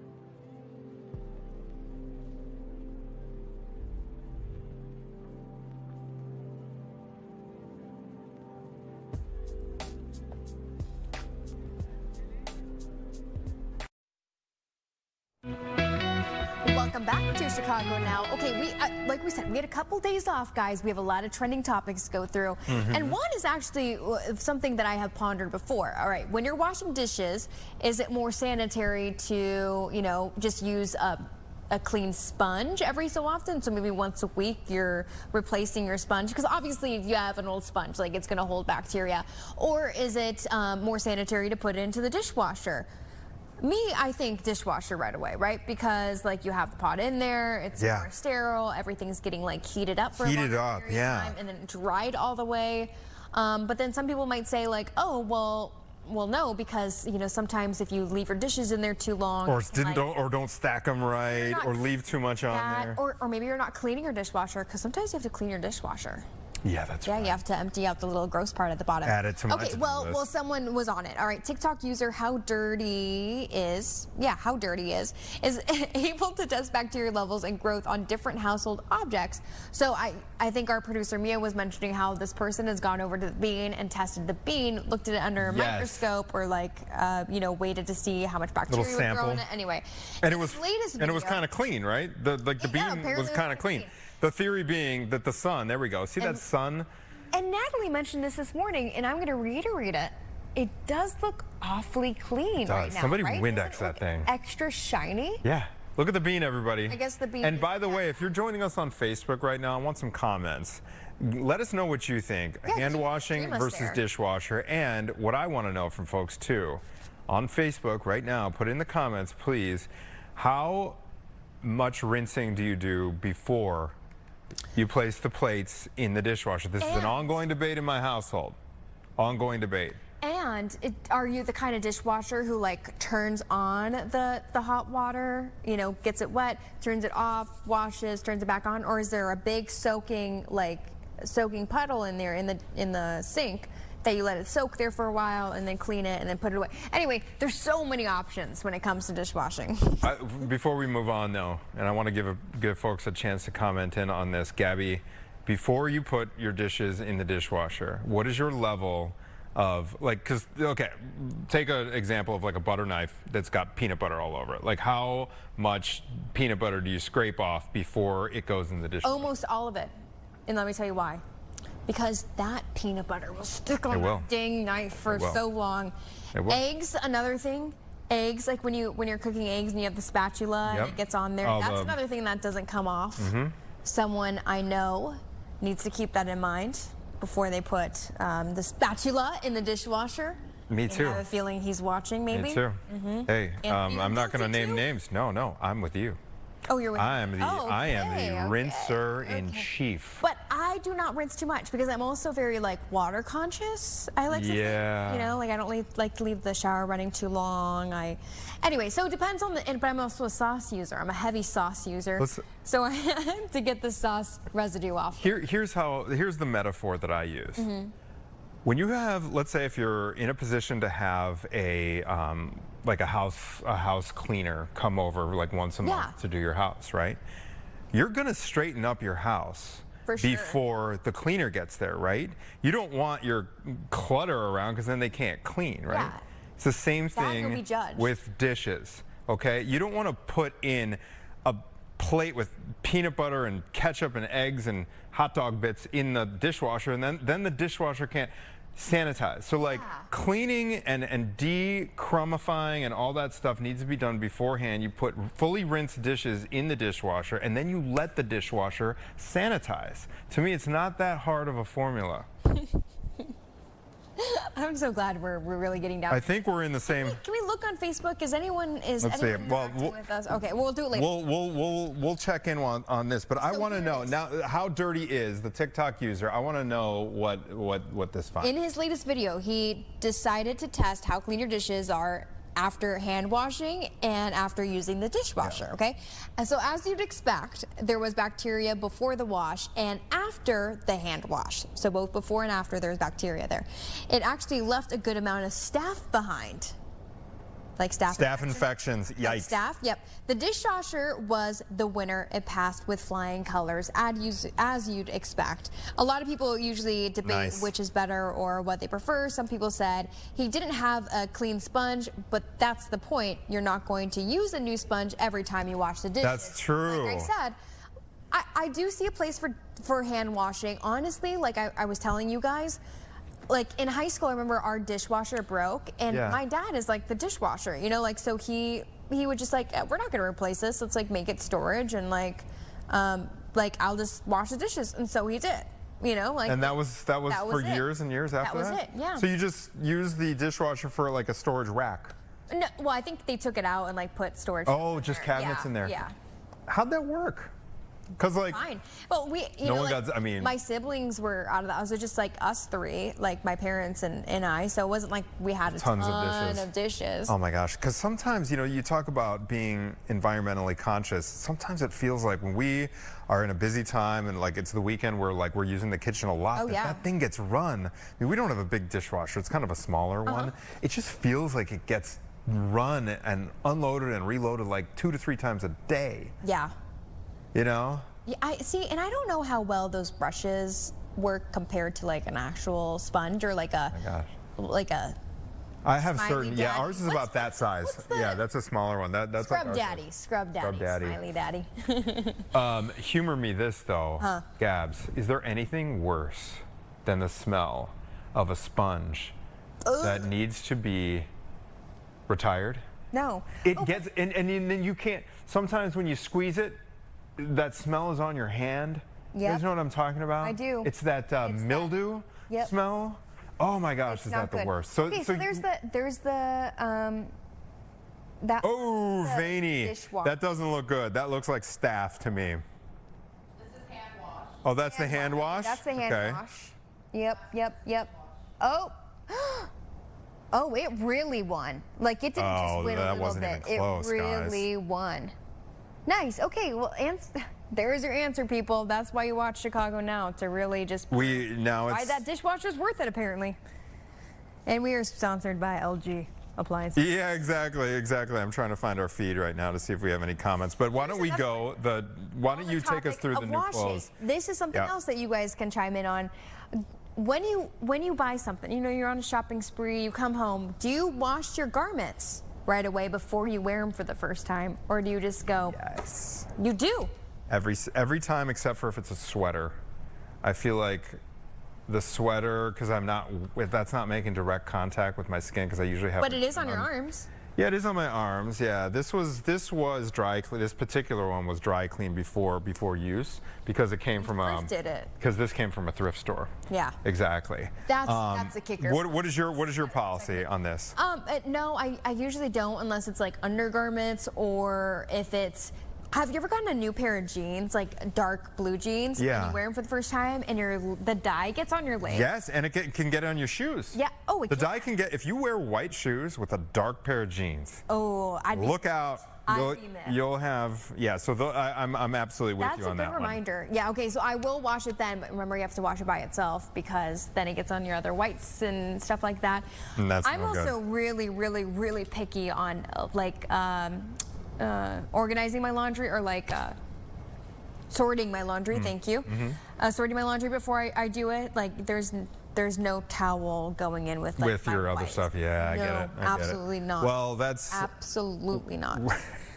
I wish I could say I was detail oriented. We're pretty much the cold temperature colors. Okay. Colors, and then all the like whites, whether they're towels or t-shirts, or that's in it. So we're just like two-stack. We're a two-stack family. And once I have children, maybe it'll. Yeah, exactly. To be honest, I have the time right now. Exactly. Time is limited. But I wonder. I always find that like there's an itch factor. Like there's an itch factor if it's too new.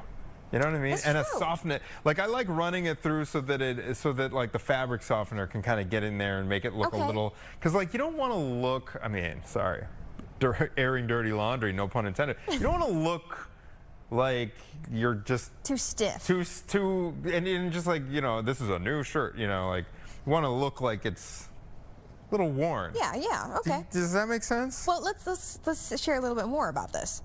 Martha Stewart even weighed in, okay? Saying it's not as essential as it once was, but experts still recommend washing new clothes before wearing them. And they say it can help get rid of any possible chemicals or germs that might be on your clothes from the factory, but a lot of people say it's just a waste of time. Waste of time. I don't know. So I guess it depends on your preference. Do you want to not look very stiff or One thing I'm curious about, and Martha Stewart probably has an opinion on this, sweaters. What is your sweater policy? Because these don't really, I mean, you're right, they're on my arms, but like I've got an undershirt on this. Like, how often do you dry clean a sweater? Oh, yeah, that's true. I don't really sweat too often, so like if it's just like a work day, so unless it like kind of smells, and no, but I'm also usually wearing like some kind of undershirt under there. It's like, speaking of Martha as needed? Stewart, I was watching TMZ this morning before, you know, starting GDC. Martha Stewart has gotten struck by lightning 3 times and hasn't had any issues. Like once was when she was washing her dishes or something like that. Another time was when she was out in the garden. And then there's another time. That is it crazy? Wild. And I'm like, what? I'm like, the lore with her is crazy. But also like as a... Did you say the Lord with her? Lore. Oh, the allure. No, lore. Like the lore with her. Okay, yeah, she's had quite the history. But also when you get older, like you can kind of just say what you want sometimes. I'm like not saying it's untrue. From what she's been through, I don't think she's worried anymore about anything people think. So she just casually said that, and they're talking about it. I'm like, huh. Got struck That's interesting, and she's had no adverse reaction to it or consequence of getting Maybe struck that's why she's kind of ageless. You get struck by lightning 3 times. Maybe right. Gabby, did you know that today, rather than on the 1st of the year, is the day to start your New Year's resolution? That makes sense. Okay. Experts say the Monday after a new year is the best starting point, even better than January 1st. If you think about it, a lot of people are hungover or off of work. In my case, I didn't even start dry January till the 2nd. Full disclosure, because the Rose Bowl was on. It's New Year's Day. That's still a holiday. Like we started off the show. I mean, the 7 o'clock hour. You have to give yourself grace, right? I love that. Starting the new year. Experts say starting today can give you a double dose of fresh start. You get to start a new full week in the new year. Yeah. Studies even show that starting before the weekend can make weight loss harder. So if you like started Saturday or Sunday, I guess that's more opportunity to get derailed. It kind of just feels off too. To me, starting something that difficult goes hand in hand with Monday. I don't know why. If that's a negative attitude or... You know, when it comes to working out, locked in. I don't know if someone out there is like, okay, I'm going to start working out 3 days a week. That's a good place to start, I think, 3 days a week. Monday, Wednesday, Friday. I'm just like, I try to either plan out like when I'm going to work out or like in the morning, right when you wake up, like I am working out today and you have to do it. Or, hey, you know what, today I'm going to give myself a break. Because some of the thing that you get stuck in, or I find that I get stuck in, is like, okay, am I going to work out today? Like, is it? And then throughout the whole day, you're just going back and forth, and more likely you're going to say no to yourself. And then you have this feeling of like, oh, you know, like why did I not work out? You know. My mom has a theory that like anything hard should get done earlier in the day, whether it's a chore or work. And like, I think that decision. Having that decision earlier in the day, because the later in the day, it's hard, yeah. But with our schedule, it's kind of tough. Yeah. Like. Well, yeah, because we have to adjust on that. Yeah, I can't wake up at 1 to do it. Before we go to break, predictions that have come true. We want to run you through a list of predictions that were made in 1998. Okay. And these were predictions that Americans made. Predictions for what would happen by the year 2025. So now that 2025 is in the books, we are going to take a look now at what folks got right before Y2K, before 1998. 75% of folks in this survey predicted the emergence of a deadly disease. Okay. Oh. COVID. Yeah, that's kind of frightening. That happened. 75%? 75% got that right. Almost that many also says it's predicted that gay marriages would be common, which is also That's all correct. Yep, standard. And also, you know what's so wild? And it's like, this is how short my memory is. Gay marriage, same-sex marriage was not legal when Obama took office. Like 2008, I know. that was still a controversial, like, it seems so ingrained now. I mean, I know not everyone will agree with that it's so ingrained in Illinois. It just feels like old hat. It's always been. Yeah. That was yesterday. 2008. That was yesterday. 2008. Yeah. 69. Okay, so continuing down the list here, 69% predicted the country would elect a black president. Also correct. Speaking of 08, Obama, 2008. Also, 66 predicted the country would elect a woman as president.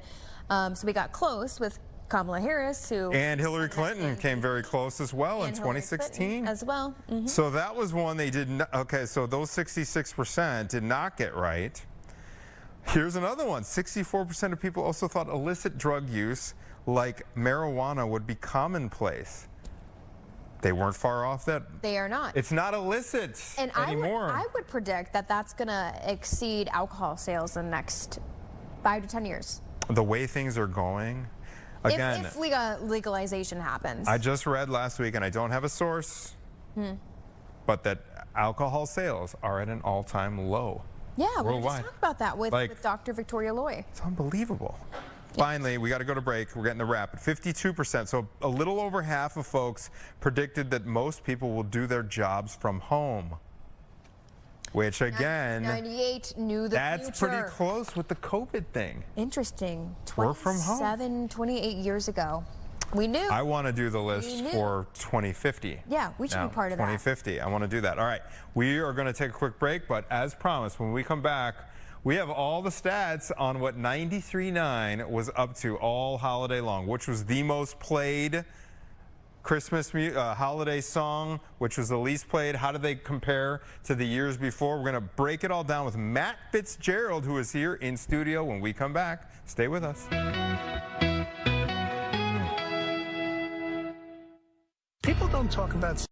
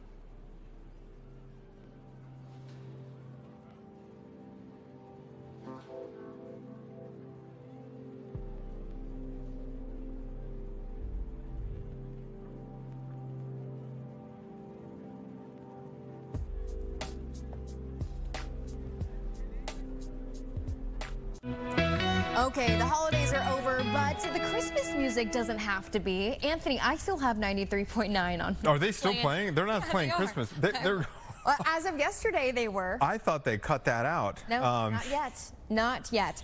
Okay. We have a special guest. Yes, there's one local man who acts like Spotify Wrapped for the station and the music it played. Matthew Fitzgerald is here in the studio to break it down for us. Good morning to you. Thank you for joining us today. Thanks for having me. Okay, Definitely appreciate it. Let's talk about some of this data that you've tracked. How do you do it? Yeah, sure. So basically, I'm a computer programmer by trade, so I work with all sorts of things like AI. I work with programming scripts, building websites, apps, all that jazz, right? And one of the things I always wondered back in the day was, are we really listening to All I Want for Christmas Is You all the time during the holiday season, right? Is it playing literally nonstop?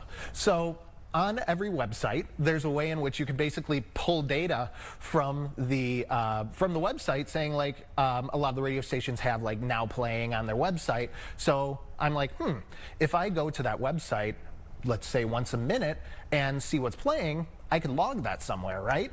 So I could go through and log, say, okay, this song's playing at this time, and based on that, I could do all sorts of cool data analytics. And over the last 4 years I've been doing this, it's really kind of blown out of proportion a bit with the amount of insight that I can attain and the cool things I've found, right? So I've got a stack full of papers here of just cool stats and stuff to talk about. Let's dive in. Okay, so let's go to your original question. Yeah.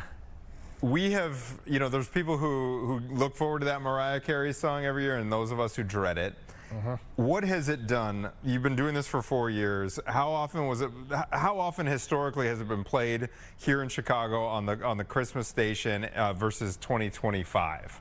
So one of the things that I find interesting is overall we're actually hearing more music and less commercials, which is really nice. I didn't really expect that. But the specific numbers on All I Want for Christmas Is You actually have increased over the years. So when I started to take a look at this and kind of refined over the years the amount of data I collect, where that's going, how things are happening, right? I'm starting to see more data coming through and play counts going up for specific songs, like especially when new songs come over the airwaves here. We see more diversity, but ultimately more songs being played, which is really cool. That is good. good. Fewer commercials, more songs. Okay, so what jumped out at you on your stat sheet for 2025? Alrighty, so at a glance for today, they actually started playing their music on November 4th. So that's the latest that I've actually seen. Yeah, because it used to be, it was like November 1st. Yeah, you were saying day after Halloween. I went a few years ago when they flipped the switch over at 93.9, and it was like the day after Halloween. Yeah. This year they started a little later, and I personally welcome that. And I'm okay with that. The interesting part too is that they actually ended the full-time Christmas music later, and they've had more of a trail off that I've noticed this year as well. So rather than every single song being Christmas, it's every once in a while maybe they'll play a Christmas song to kind of trail it off. They like gradually turn down. Right. They gradually close like the spigot. myself, yeah. All right. So what were the top songs this year, and how did they compare with years past then? So yeah, definitely. So there's a little bit of a delineation that I have between the top song versus the top track. So the top track is a certain version of a song. So for example, Jose Feliciano's version of Feliz Navidad, or the Ronettes version of Sleigh Ride, or Leroy Anderson's version. Right, makes sense. Because song, you could have 5 versions of a song. That's true. Exactly. Track, okay, all right, so let's break it down. So in terms of the title, last year, believe it or not, Rockin' Around the Christmas Tree was the most popular song title. This year goes back to Sleigh Ride, and we actually saw that in 2022 and 2023. We saw a difference in 2024. Now it's back to Sleigh Ride as being the most popular. Guys, am I crazy? What's Sleigh Ride? It's lovely weather for a sleigh ride again. Oh, Yeah. duh. And you got the instrumental versions. I'll keep going. Yeah. Giddy up, giddy up. As That one, right? Where's the off button? As a percussionist, I literally played every single part of the percussion With piece, the- the instrumental ones back in the day. Yeah. And then they have that like the horse neigh in it.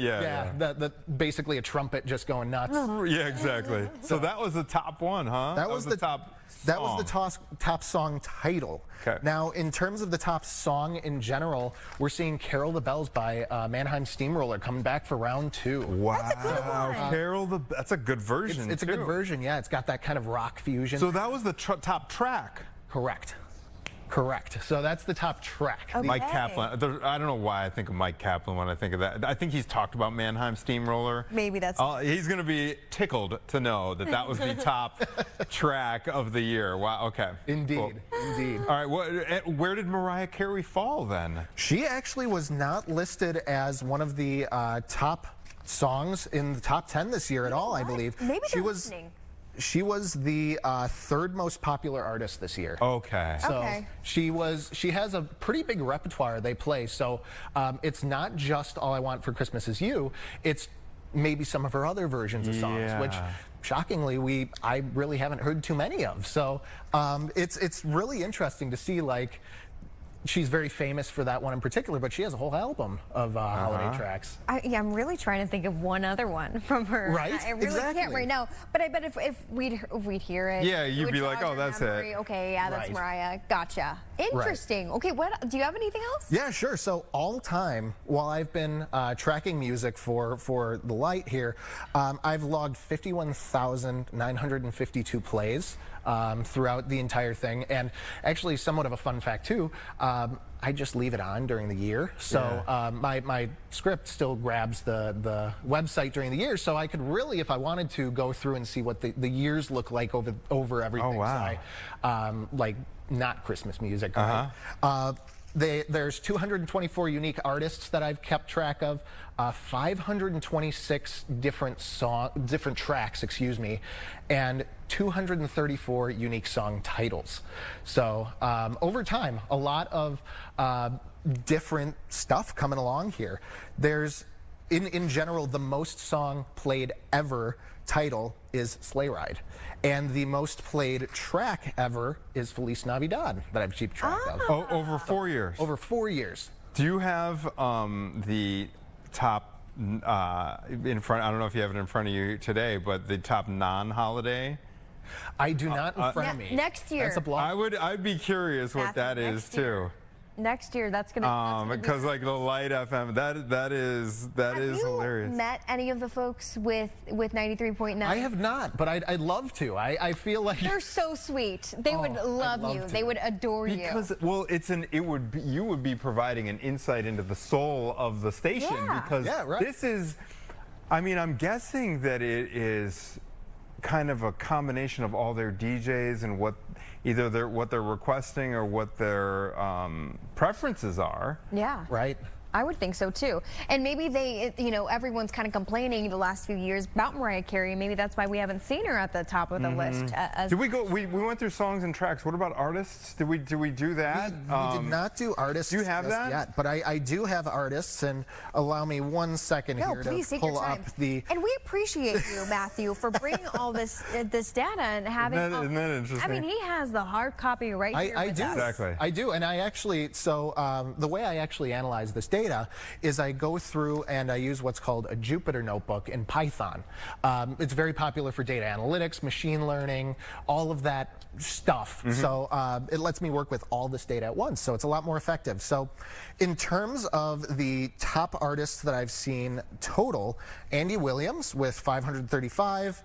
Is that for 2025 or is that for the 4 years? This is all time. Okay, Andy Williams. Okay. Andy Williams, then Mariah Carey, number 2. Ah, okay. Amy Grant. And Amy Grant was actually, I see my notes here, she was the top artist of 2025, followed by Frank Sinatra and then Andy Williams. Mariah Carey got bumped down to 4th. Okay. Yeah. Interesting. Got bumped down Matt to 4th. Fitzgerald, come back next year. Your course. 5-year total, or maybe. And you know what? I would be curious about outside, just out of sheer curiosity. 93.9, like what is their? Because they do. I mean, I know it's a light FM, but they have a variety of different. Yeah, I listen to them throughout the year too, so they're doing great work over there, and I love doing this every year. Okay, we're going to have to do a little collaboration with the two of them. Maybe next year we're going to have you sit here. We're going to bring the 93.9 people down here because they're very nice folks. They're close by. They're just, they're Great just actually folks. in this building. Great folks. Essentially. Matt Fitzgerald. What is your favorite Christmas song? Ooh, my favorite Christmas ask song. that. You had to ask it, right? Believe it or not, I really enjoy Sleigh Ride. But the Leroy Anderson version specifically, the instrumental one by the Boston Pops Orchestra.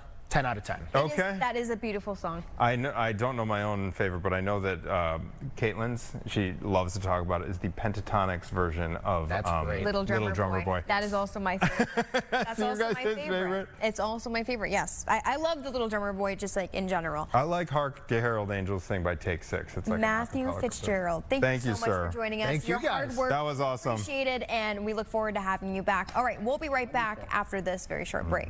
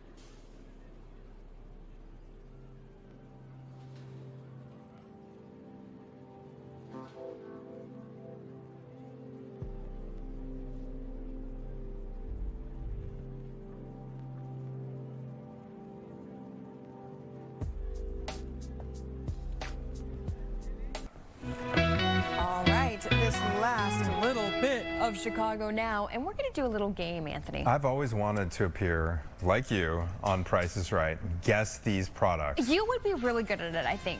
Well, actually, we will see if you'll be really good at it. This is a Chicago version. I would rather, honestly, be a spectator. You I'd said rather that. just, like, enjoy the little scene. I've always wanted to play Plinko and like just see how fast I can spin the wheel. Yeah. I've always been curious about that. Wait, All right. wait a second. What is Brian Seacrest hosting now? It's not Wheel The of Price is- Fortune. Wheel of Fortune. Wheel of Fortune, I I love believe. him, and I don't even know. And Ken that's a Jennings shame. is doing Jeopardy. Jeopardy. Okay, so we are going to guess the cost of some items that you will find here in Chicago.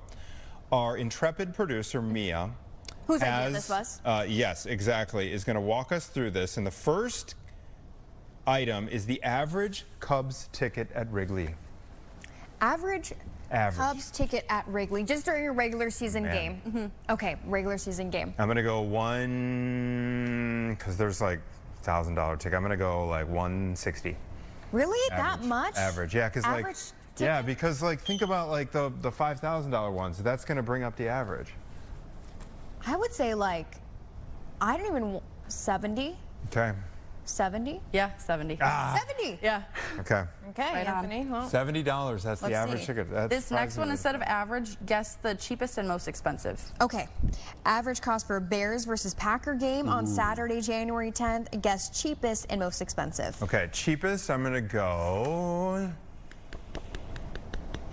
$2.99. I'm going $350 for the Okay. cheapest. Cheapest. Can we get Cheapest? the answer reveal for the cheapest? $5.50. $5.50 is the $5.50? cheapest. $5.50. That's Most expensive. I don't even want to guess this. you don't. 10K. 14K. Are you ready? Yeah. Yeah. $67,915.99. Where are they sitting in the end zone? 67,000. That's what I saw on Ticketmaster. Upper 300 level was $67,000. I wouldn't even pay that much to sit in the end zone. That's crazy. No, thank you, That's Bears. sweet. I love you. Bear down. remember we had someone on, and we should have him on 67K. again soon. Someone who came on and talked about the average ticket prices for for stadium versus stadium around the country. Yeah. And Chicago is ranked number I think it was a top 5. Oh, most okay. expensive. So Oh my gosh, that would 67 actually kind grand. of make a lot of sense. Okay, Gabby, you're the traffic reporter. Pressure's on. Monthly CTA pass. I feel like I know this. I feel like it's like $45. Really? I was gonna guess more than that. It was like 25 when I was an L commuter. So let me think. $5 a day. I'm gonna go 130. It's in the middle. It's 75. 75. Oh, I guess yeah. $75 for a monthly CTA pass. $5. Ooh. Okay. A drink at the United Center. Drink at the United. And we're talking me a alcoholic drink, like a beer. Yeah, well, there's a range. Okay. Okay. So I would say $10 to $21. not bad. I'm gonna go 12 to 20. Okay. 14 to 17. 14 to 17. That's you. I'm sure they've got like $20 ones. That's you, mean, buddy. a Thank beer. you, Mia. See, Mia's I got remember my being at one of side those here. venues and a beer costs like 14. This one's interesting. Go for it. This is the event happening February 28th.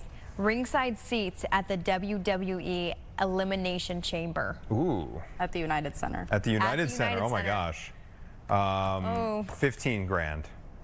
Really good guess, but But no, you go. 11,000. Really good. Okay, so they didn't have anything on Ticketmaster, and the closest thing to it was like a row away from ringside. It was $5,000. Okay. That's a okay. big You're still chunk of playing money, a but big. we really. It's not 67 But grand. I've seen like 8,000. I would say, yeah, people are huge fans of WWE. I could see it being more expensive. This next item I stole. Well, I wouldn't say stole, but grabbed after our segment from Chicago Now. We're talking about a bottle of Malort, the Okay. standard size, because no one else liked it. I was like, I'll take it. I Oh, like yeah, you it. took one for the team then. Oh my goodness, 17. 1995. Close. 25 to 30. 25 to 30. Ooh, a little pricey there. Gee whiz, okay. A Divvy Day Pass Ooh. for a Divvy bike or 12. scooter. 12. I'll say 20. 15 to 20. Oh, okay. close. Yeah, We're far off. we're Ooh, pretty red light ticket camera. $100. I already know. Some of them can be 100. Can't some of them be? Yeah, 100. It was 100. 100. Yeah. It varies Good with job, like, Gabs. speed camera, speed tickets. Like how like the faster. Varying, you yeah. Yeah. Absolutely. But with I've red light, yes, it is 100. gotten a lot of parking. I just saw a thread on Reddit, and that's why I knew that right away. Uber from downtown to the airport, non-surge charge. These pain me to think about. You can do a range. This I would one is say a range. 40 to 50. 50. 40 to 60. 40 to 60, yeah. Yeah, good. It's usually on average, like for my mom to come from O'Hare to downtown, usually like 40 to 45 Okay. bucks, Yeah. I would say. During, like non-surge time. Architecture boat tour ticket. And I think I recently got one of these. What would it be? For the architecture tour. 49. I'm going to say 49. I'm going to say 42. Very good. 45 to 60. Hey, I feel like And we that's nailed worth that it. one. And that's worth it. That might seem like it's super, like, if you Oh, it's so hear it, good. it might seem like it's super boring. It is not. So good. It is so good. Oh Last my one. gosh, I love this Oh, last category. Hot button. Average rent for a one bedroom. I guess it'll depend on what neighborhood, Mia. So are we talking a range? Average. The average, okay. Across I'm gonna Across say- the city, yeah. I'm going to say 1,800 to 2,600. All right, I'm going to go lower than that because this is average. In the expensive neighborhoods, I think you're right on the money. I'm going to go 1,200. Okay.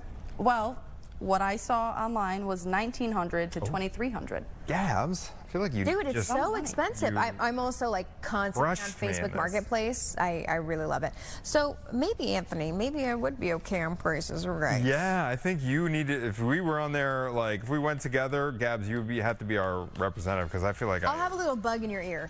Yeah. And there's the music. Da-da-da-da-da. It has a really nice soundtrack. Okay, everyone, thanks for joining Great us. For categories, 2 whole Mia. hours on Chicago Now. Yeah, And exactly. guess what? We're going to be back tomorrow. We're going to be back tomorrow, and the new news is up next. We're going to have the very latest. Actually, Nicolas Maduro, he made a court appearance in New York within the last hour. The very latest on GDC, which starts right now.